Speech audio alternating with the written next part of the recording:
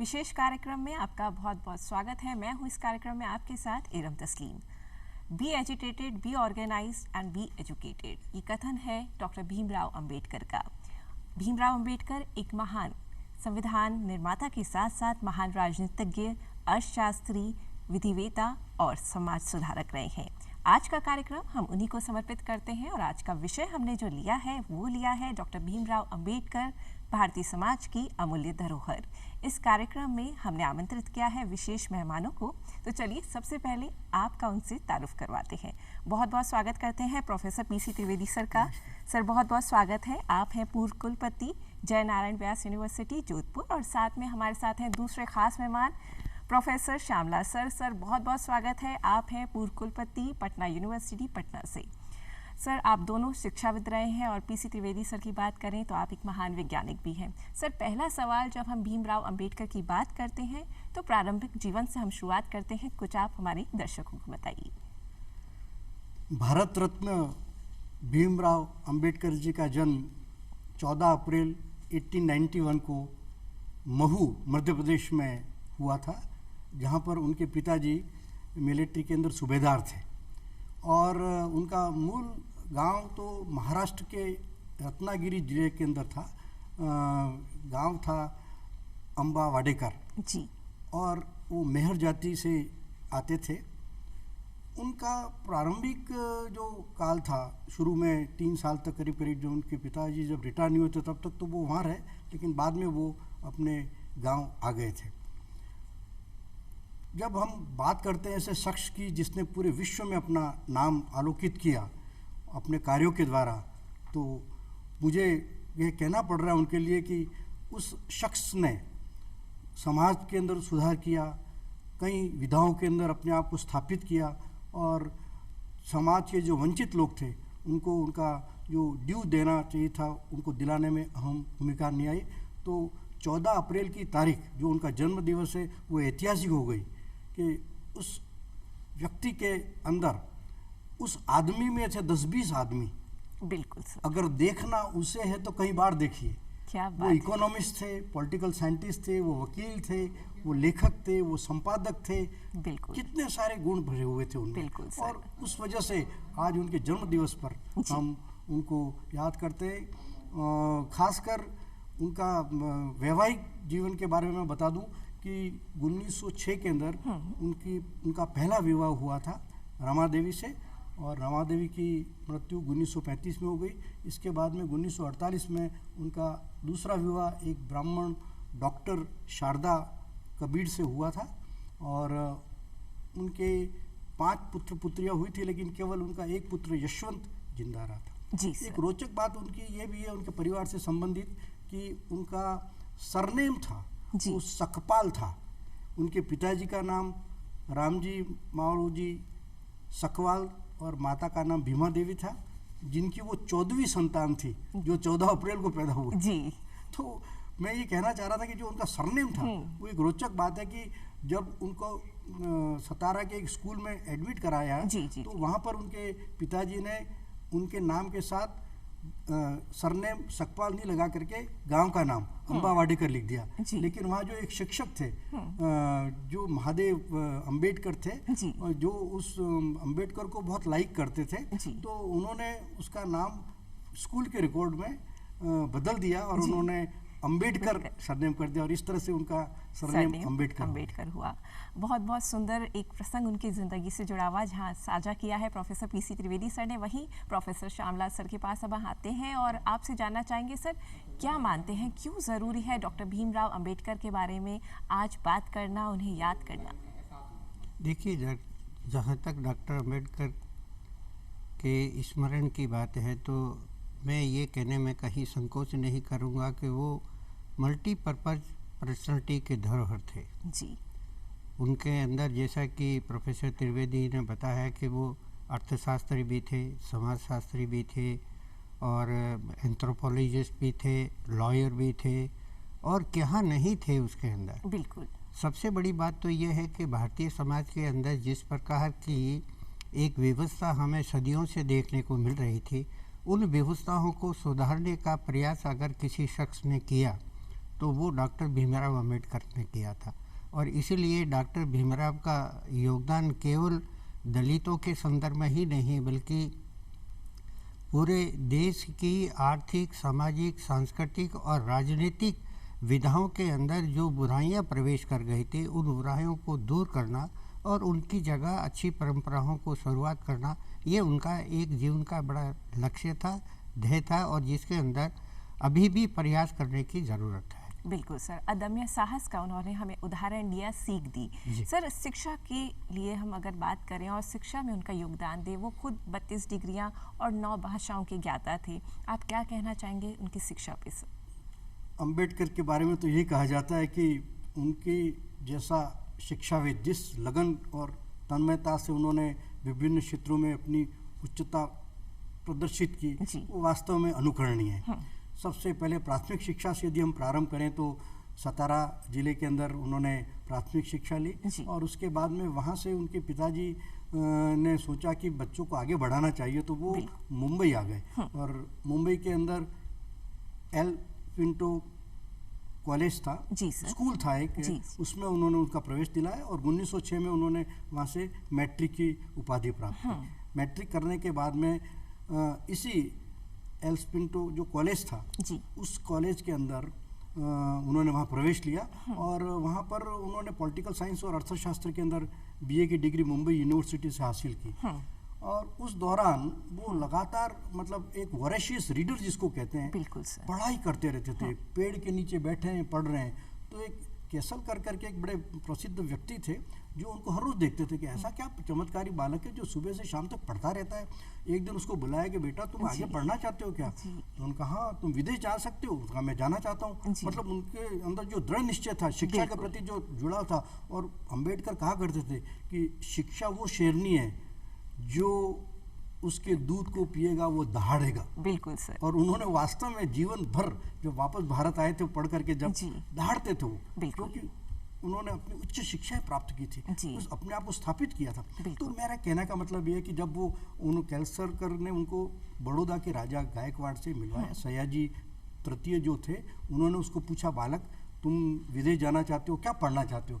तो उन्होंने कहा कि मैं मानव शास्त्र, साइकोलॉजी, फिलोसॉफी और समाजशास्त्र ये विषय पढ़ना था। नहीं, उन्होंने कहा भाई विदेश में तो जो बच्चा चाहता है सब साइंस पढ़ना चाहता है, तुम इस विषय में क्यों पढ़ना चाहते हो? तो उन्होंने कहा कि मैं इसलिए पढ़ना चाहता हूँ कि मैं अपने समाज को सुधारना चाहता हूँ, क्या अच्छी इन विषयों में जानकारी है उसको मैं हासिल करना चाहता हूँ। तब महाराजा ने उनको 25 रुपये प्रति माह की स्कॉलरशिप पर 1913 में वो कोलंबिया विश्वविद्यालय गए न्यूयॉर्क के, और कोलंबिया विश्वविद्यालय से उन्होंने इन्हीं विषयों के अंदर जो हमने आपको बताया उन सब विषयों के अंदर उन्होंने डिग्री हासिल की और फिर वहाँ पर उन्होंने 1916 के अंदर पीएचडी की। तो पहले एशियन थे जिन्होंने अर्थशास्त्र विषय में पीएचडी हासिल की, इतनी उच्च डिग्री प्राप्त की। और उसके बाद में 1917 के अंदर वो वापस भारत आ गए, क्योंकि जो उनका समझौता हुआ था राजा के साथ उसमें यही बात थी कि आप आकर के हमारे यहाँ नौकरी करोगे। जब आकर के वो उन्होंने जब वहाँ नौकरी की तो उनको वही स्थितियाँ दलित होने के कारण फेस करनी पड़ी और उन्होंने महसूस किया कि वो कोई काम करते तो नहीं हो पाता था, तो निराश हो गए और फिर वो मुंबई चले गए और वहाँ एक कॉलेज के अंदर उन्होंने प्रवेश ले लिया, प्रोफेसर बन गए।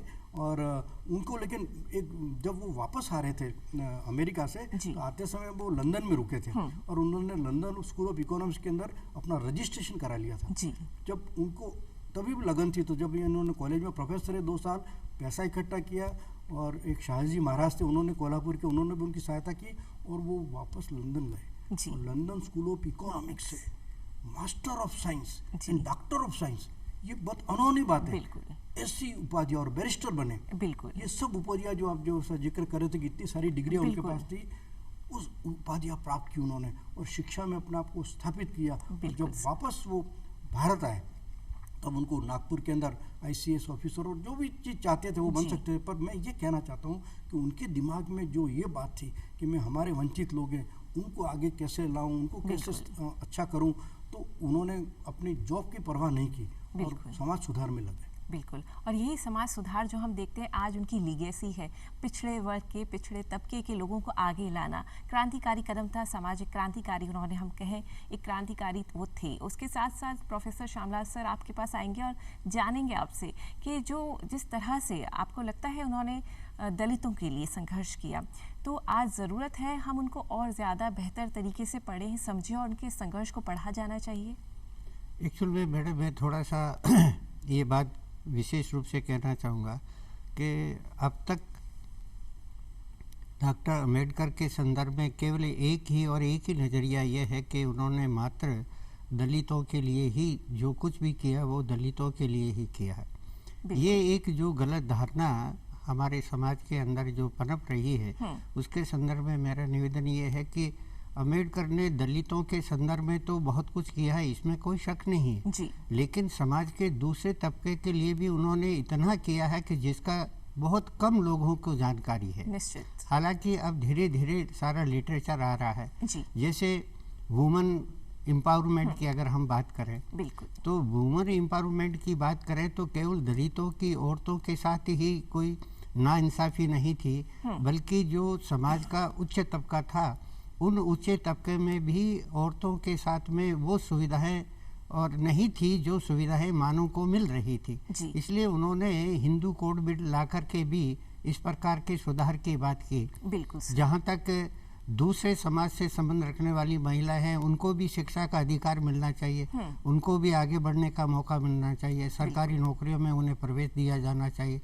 तो उन्होंने महिलाओं के साथ साथ में दलितों की भी बात की, लेकिन ये थोड़ा सा गलत परसेप्शन बन गया है कि उन्होंने जो कुछ भी किया वो केवल दलितों के लिए किया। बिल्कुल, ये थोड़ी सी भ्रम की बात है जिसको कि मैं नहीं स्वीकार करता हूँ। और सामाजिक वर्ग बहुत सारे थे जिनके प्रति उनका रुझान था, जिनके प्रति उन्होंने कार्य किया। आप क्या मानते हैं सर, समाज को और बेहतर तरीके से पढ़ने की ज़रूरत है, क्योंकि उनका संघर्ष आम जीवन को बेहतर बनाने का था, पर क्या वो आम लोग भी उन जिस तरह से उन्होंने अपने विचार रखे, जो पथ चिन्ह उन पे दिखाए, जो चलने का डायरेक्शन उनका था, क्या आपको लगता है आज आम जन उसको फॉलो कर रहा है? देखिए, बात तो आप राइट कह रही है मैडम। जहाँ तक समाज के अंदर सुधार करने की बात का प्रश्न है, डॉक्टर अम्बेडकर साहब ने तो ये सारी बातें कही और उन बातों के ऊपर सरकार ने भी और सामाजिक संस्थाओं ने भी कुछ अमल किया। लेकिन पिछले कुछ दशकों के अंदर हम ये देख रहे हैं कि जो डॉक्टर साहब ने बात कही थी कि भारतीय समाज में जब तक जाति व्यवस्था का बोलबाला रहेगा तब तक समाज के अंदर ये जो भेदभाव की प्रवृत्ति है वो बदस्तूर जारी रहेगी। लेकिन आज हम देख रहे हैं कि ये व्यवस्था अब धीरे धीरे वापस अपने ओरिजिनल स्वरूप की तरफ लौट रही है। यानी कि अभी भी कास्टिज्म जो है अपने हिंदुस्तान के अंदर पनप रहा है। बिल्कुल सर। अगर जातीय पंचायतें हो रही हैं, महापंचायतें हो रही हैं और जातियों के नाम पर जो है अपने कॉलेजेस चल रहे हैं, जातियों के नाम पर हॉस्टल चल रहे हैं, तो ये तमाम चीज़ें इस बात को बताती है कि भारतीय संविधान के अंदर जिन बातों का जिक्र किया गया है उन बातों को अब उतनी तरजीह नहीं मिल रही है जितनी तरजीह मिलनी चाहिए थी। ये मेरा कहना का भी। बिल्कुल सर, बहुत सुंदर बात कही है यहाँ पे सर आपने, और बहुत सारे वर्गों, सामाजिक वर्गों के लिए डॉक्टर भीमराव अंबेडकर ने काम किया। उसमें से एक वर्ग है युवा। सर, युवाओं के लिए किस तरह का उनका योगदान रहा, प्रोफेसर पीसी त्रिवेदी सर से जानना चाहेंगे। युवाओं के लिए तो वो आदर्श है जी, क्योंकि उन्होंने अपने आप को जिस तरह से ढाला जीवन के अंदर। सबसे पहली बात हम शिक्षा की करते हैं। उन्होंने कहा कि बिना शिक्षा के समाज के अंदर उत्थान नहीं हो सकता, और उन्होंने हर वर्ग को, अपने दलित लोगों को कहा कि हर वर्ग के लोगों को ज़्यादा से ज़्यादा पढ़ाई करनी चाहिए, और उन्होंने जितनी डिग्री हासिल की जो वो कर सकते हैं तो और भी कर सकता है। ये एक बहुत बड़ी बात थी जो उन्होंने स्वयं को इस तरह से उदाहरण के रूप में पेश किया। तो यही एक बहुत बड़ा संदेश है युवाओं को कि अपने आप को शिक्षित बनाओ, जिससे कि आप अपने आप समाज के सुधार का काम करोगे। उनका उद्देश्य भी यही था अंबेडकर जी का कि समाज के हर वर्ग को कुछ न कुछ लाभ मिले, कि रोशनी अगर मिले अंधेरे को, आदमी तरसे नहीं सवेरे को, और मजबूर ना रहे दुनिया में कोई, आओ रोशन करे हर बसेरे को। बहुत खूब। वो उन्होंने युवाओं को संदेश दिया। दूसरा जो बहुत इम्पोर्टेंट बात थी, उनका जीवन बहुत बड़ा नहीं था। 65 साल की उम्र में 6 दिसंबर को उनकी मृत्यु हो गई थी। 65 साल की उम्र में कोई व्यक्ति इतना काम कर सकता है क्या? समय प्रबंधन। बिल्कुल सर। उनको, मैंने एक जगह उनके बारे में पढ़ा कि उनको खाने के लिए कई लोग बुलाते थे, तो उनका मैं आपके यहाँ खाने नहीं आऊँगा, मेरा समय नष्ट होगा, मैं आप खाना बना करके मेरे यहाँ ले आओ, अपन हम साथ बैठ करके खाएंगे। तो वो महान क्यों बने? क्योंकि उन्होंने समय का सदुपयोग किया कि समय नदी की धार है, उसमें सब बह जाया करते हैं, पर होते हैं कुछ लोग ऐसे जो इतिहास रचाया करते हैं। उन्होंने क्यों इतिहास रचाया? क्योंकि उन्होंने समय का प्रबंधन किया। बिल्कुल सही बात है। तीसरी बात जो उन्होंने प्रमुखता से युवाओं के संदेश के रूप में कहना चाहते हैं, वो कहते हैं आज का युवा ख्वाहिशें करता है, काम नहीं करता है, काम करना पड़ेगा, ख्वाहिशों से नहीं गिरते हैं फूल झोली में, कर्म की शाखा को हिलाना होगा और कुछ नहीं होगा कोसने से अंधेरे को, अपने हक का दिया खुद ही जलाना होगा। बहुत सुंदर सर, बहुत इन सब समाज को बता रहे हैं वो, ये युवाओं को संदेश दे रहे हैं वो कि खुद अपने आप को स्थापित करके आगे आओ, शिक्षित बनो, समाज की सेवा करो, दूसरों के लिए क्या काम कर सकते हो। जिंदगी की खूबसूरती इसमें नहीं है कि आप कितने खुश हैं, जिंदगी की खूबसूरती इसमें कि आपके कार्यों से कितने लोग खुश हैं। बहुत सुंदर। इस तरह से अपने आप को बनाओ। तो युवाओं के लिए तो उन्होंने हर चीज में जो उन्होंने उनके शौक देखिए। मैं उनके शौक के बारे में पढ़ रहा था, कई लोगों को पता भी नहीं होगा। उनके शौक एक तो किताब पढ़ना था, उनके पास में 50,000 पुस्तकें थी उनकी लाइब्रेरी में, पर वो किसी को देते नहीं थे। वो कहते थे पढ़ना है मेरे यहाँ आकर के पढ़ो। बिल्कुल किसी को। दूसरी बात जो तो किताबों का शौक होना चाहिए युवाओं को। मैं कहना चाहता हूँ आज का युवा पढ़ता नहीं है, इंटरनेट पे फेसबुक पे अपना समय बर्बाद कर रहा है, किताबों को पढ़े। दूसरा उनका शौक देखो बागवानी का, बहुत कम लोगों को पता है उनको बागवानी का शौक था। उनका जो दिल्ली का मकान था उसके अंदर इतनी तरह के पौधे लगाए हुए थे कि ब्रिटिशर्स लोग भी उनके यहाँ देखने आते थे। तीसरी बात थी उनको वायलिन बजाते थे, कई लोगों को नहीं पता है। एक और बात थी वो पेंटर भी थे। उन्होंने बुद्ध की सब लोग हम विश्व के अंदर जितनी भी प्रतिभा है उसके अंदर बुद्ध की आंखें बंद हैं, उन्होंने खुली आंखों वाली बुद्ध की पेंटिंग बनाई थी। बहुत सुंदर। तो मैं कहने का मतलब ये कि युवाओं को शौक भी रखने चाहिए। बिल्कुल। अपने पढ़ाई करो, शिक्षा की करो, समाज की सेवा करो, लेकिन शौक भी ऐसे पालो जिससे कि अपने। तो ये बहुत सारी उनकी जीवन के अंदर दृढ़ निश्चय था उनके अंदर, जो उन्होंने डिसाइड किया। बिल्कुल। समाज के लिए करना हो तो दृढ़ निश्चय, आप कोई उसूल बनाओ, लक्ष्य बनाओ और उसके लिए वो लड़ते रहे समाज के लिए। तो वंचित लोगों को जो सुविधाएं दिलाई वो उनके ज्ञान की वजह से थी, जो युवाओं को भी कह रहे हैं। और मैं तो कहता हूँ कि उनके जैसा बनना चाहिए कि काम करो ऐसा कि पहचान बन जाए और हर कदम चलो ऐसा कि निशान बन जाए।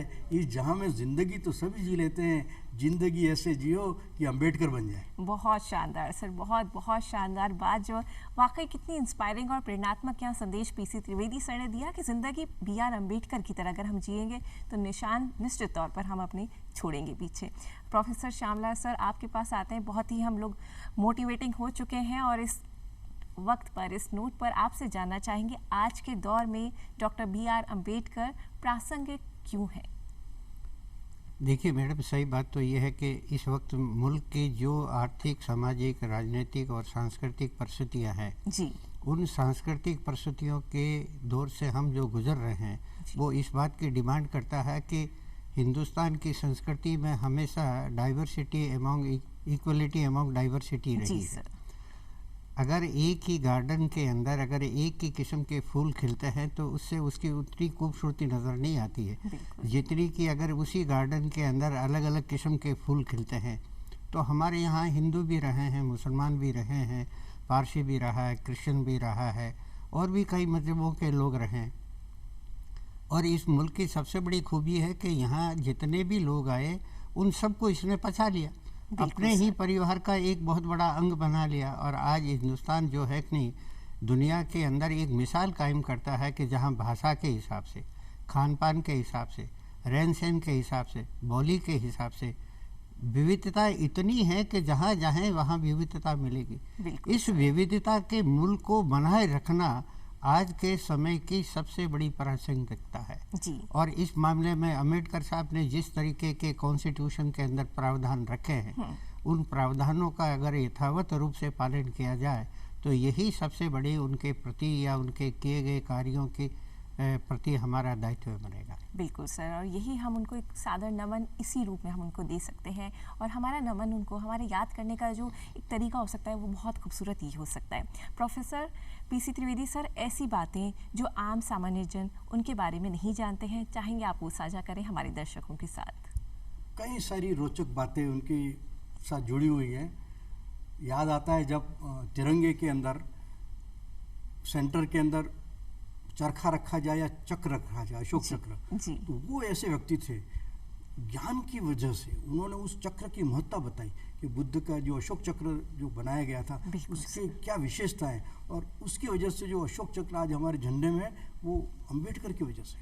अंबेडकर जी कानून मंत्री बनाए गए थे सबसे पहले जी सर, हमारे स्वतंत्रता के बाद में, और उन्होंने कई ऐसी चीज़ें निर्धारित की, नीति निर्धारण के अंदर हो, चाहे नीति आयोग हो, चाहे वित्त आयोग हो, चाहे कंट्रोलर ऑडिटर जनरल हो, उन सब के अंदर ऐसी चीज़ें निर्धारित की, न्यायपालिका, कार्यपालिका, इन सब के अंदर आरक्षण निर्धारित किया। ये सब बातें तो सब लोग जानते हैं, लेकिन उनसे कई सारे मतभेद महात्मा गांधी के थे जी। और उसका एक कारण एक भी था, उन्होंने वो हरिजन शब्द को नहीं चाहते थे। उन्होंने कहा कि दलितों के लिए हरिजन शब्द आपने उपयोग किया वो गलत है, हरिजन भी वही व्यक्ति है जैसे आप जैसे हो। तो ये बहुत बड़ी बात थी, जो ऐसा व्यक्ति कह सकता है जो समाज के बारे में इस तरह से देखता है, फील करता है। दूसरी बात मेरे को आज हम महसूस कर रहे हैं 370 धारा कश्मीर के लिए के खिलाफ थे वो, बिल्कुल जो आज हम कह रहे हैं कि हटाई जाए, उस समय वो खिलाफ थे। दूरदर्शी कितने गजब के थे वो। बिल्कुल सर। उन्होंने 1950 में लिख दिया था कि मध्य प्रदेश और बिहार और ये बड़े बड़े राज्य हैं, उनको छोटे भागों में डिवाइड करो। 1950 में कहा था, 2000 में जाकर के हमने झारखंड और छत्तीसगढ़ बनाए। तो ये देखिए कि उनकी दूरदर्शिता थी। नारियों के लिए खासकर जब वायसराय के काउंसिल के सदस्य हुआ करते थे वो, तो उनकी मीटिंगों में वो लड़ते थे और कहते थे कि जो इंडस्ट्री के अंदर 10 से 12 घंटे काम करने का समय कम करके 8 घंटे किया जाए। उनके कहने पर ये हुआ। उनकी पोर्ट्रेट कार्ल मार्क्स के साथ लंदन म्यूजियम में लगी हुई है। और कई सारे ऐसी बेमिसाल चीज़ें उनकी हैं, जिसमें कि उनके गोलमेज सम्मेलन में जब उन्होंने अपने पक्ष रखा तो ऐसा विद्वान आदमी था जिनके पक्ष को सुना गया और अंग्रेजों को भी मानना पड़ा कि क्या चीज़ें। उन्होंने ऐसे दृढ़ निश्चय आदमी थे कि हिंदू कोड बिल जब उन्होंने रखा और जो पास नहीं किया सरकार ने, तो उन्होंने कानून मंत्री के पद से इस्तीफा दे दिया। बिल्कुल सर। और जब उस बिल के अंदर कुछ संशोधन के बाद में 1955-56 में वो पास भी हुआ, लेकिन उसकी वजह से आज जो हमारी नारियों को जो उस समय प्रताड़ना झेलनी पड़ती थी और परिवार से अलग होते थे और शादियों का बहुत सारे जो एक नियम बन गए। तो ये जो बातें थी वो दूरदर्शी व्यक्ति सोच सकता है। बिल्कुल सर, निश्चित तौर पे। जो वास्तव में तो मल्टी डायमेंशनल पर्सनालिटी, मतलब तो 14 अप्रैल की तारीख इसलिए प्रमुख है क्योंकि उस किरदार में ऐसी शख्सियत थी कि मतलब हम अदम्य साहस, बिल्कुल अदम्य साहस वाला व्यक्ति, बिल्कुल सर, दृढ़ निश्चय वाला, हर चीज में उनका जो चित्र देखता हूँ मैं, एक हाथ में कॉन्स्टिट्यूशन, दूसरी को उंगली से बताते हैं, एकात्मक दोनों, सबको समानता का अधिकार दो। निराशा की भावना उन्होंने नष्ट की लोगों में और एक अपने आप को स्थापित किया। और उनकी वजह से यदि मैं आज कल्पना कर रहा था, सोच रहा था ये अम्बेडकर नहीं होते तो क्या होता। बिल्कुल सही बात। कल्पना, मुझे वो 500 साल पहले के लोग याद आ रहे थे कि किस तरह की स्थिति से वो गुजर रहे थे। आज जिस तरह की उन्होंने संभावनाएं लोगों के अंदर जागृत की हैं, उसकी वजह से आज बिल्कुल सब लोग बिल्कुल सर, बहुत बड़ी बात, बहुत बड़ी बात, बहुत सुंदर बात। सर, अंत में प्रोफेसर श्यामलाल सर के पास हम आते हैं। सर, आप क्या संदेश देना चाहेंगे संक्षिप्त में? सर देखिए, मेरा जहाँ तक संदेश का सवाल है, मैं केवल इतना ही कहना चाहूँगा कि अम्बेडकर साहब ने जो प्रारंभ के अंदर जो है कि शिक्षित बनो, संगठित बनो और संघर्ष करो, ये जो स्लोगन दिया था, इस स्लोगन के पीछे जो उनका दर्शन था मैडम, वो दर्शन ये था कि शिक्षित बनना हमारे लिए पहली कसौटी है। लेकिन वक्त की नज़ाकत को देखते हुए आप महसूस करेंगे कि आज की तालीम इतनी महंगी हो गई है, बिल्कुल सर, और कि सामान्य जो लोअर केजी के अंदर भी अगर बच्चे को पढ़ाना हो तो उसके लिए हमें हज़ारों रुपए की व्यवस्था करनी पड़ती है। बिल्कुल सही बात है। तो ऐसी स्थिति में ये जो गरीब तबके के लोग हैं, चाहे वो अपर कास्ट के अंदर भी गरीबी की बात हमें देखने को मिलती है, और लोअर तबके में भी देखने को मिलती है, लेकिन शिक्षित होना इस मुल्क के लिए और समाज के लिए अपने आप में ज़रूरी है। बिल्कुल सर। तो शिक्षित बनना बहुत ज़रूरी है जी। अब शिक्षा का तो फिर भी मुल्क की आज़ादी के बाद में काफ़ी एक्सपांसन हुआ है, इसमें कोई दो राय नहीं है, लेकिन जहाँ तक संगठन होने की बात है, उसके अंदर ज़रूर गिरावट हमें देखने को मिल रही है।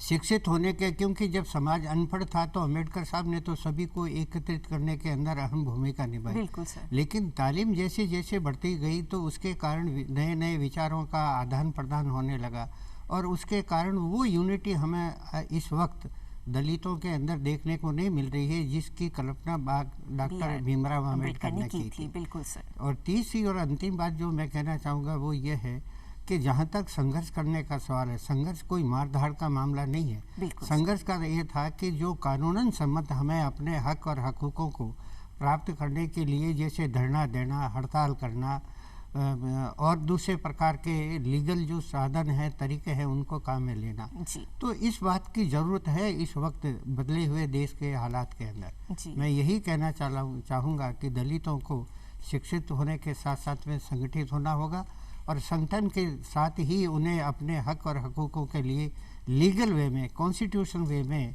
संघर्ष भी करना पड़ेगा। बिल्कुल सर। इसी नोट पे प्रोफेसर पीसी त्रिवेदी सर आपको और प्रोफेसर श्यामलाल सर आपको दोनों को तहे दिल से धन्यवाद देते हैं। आप आए और प्रोग्राम में 4 चांद आपने लगाए। और इन्हीं पंक्तियों के साथ कि मेरी प्रशंसा और जय जयकार करने से अच्छा है मेरे दिखाए गए मार्ग पर चल के दिखाओ। अब दीजिए इजाज़त। इरम तस्लीम को नमस्कार।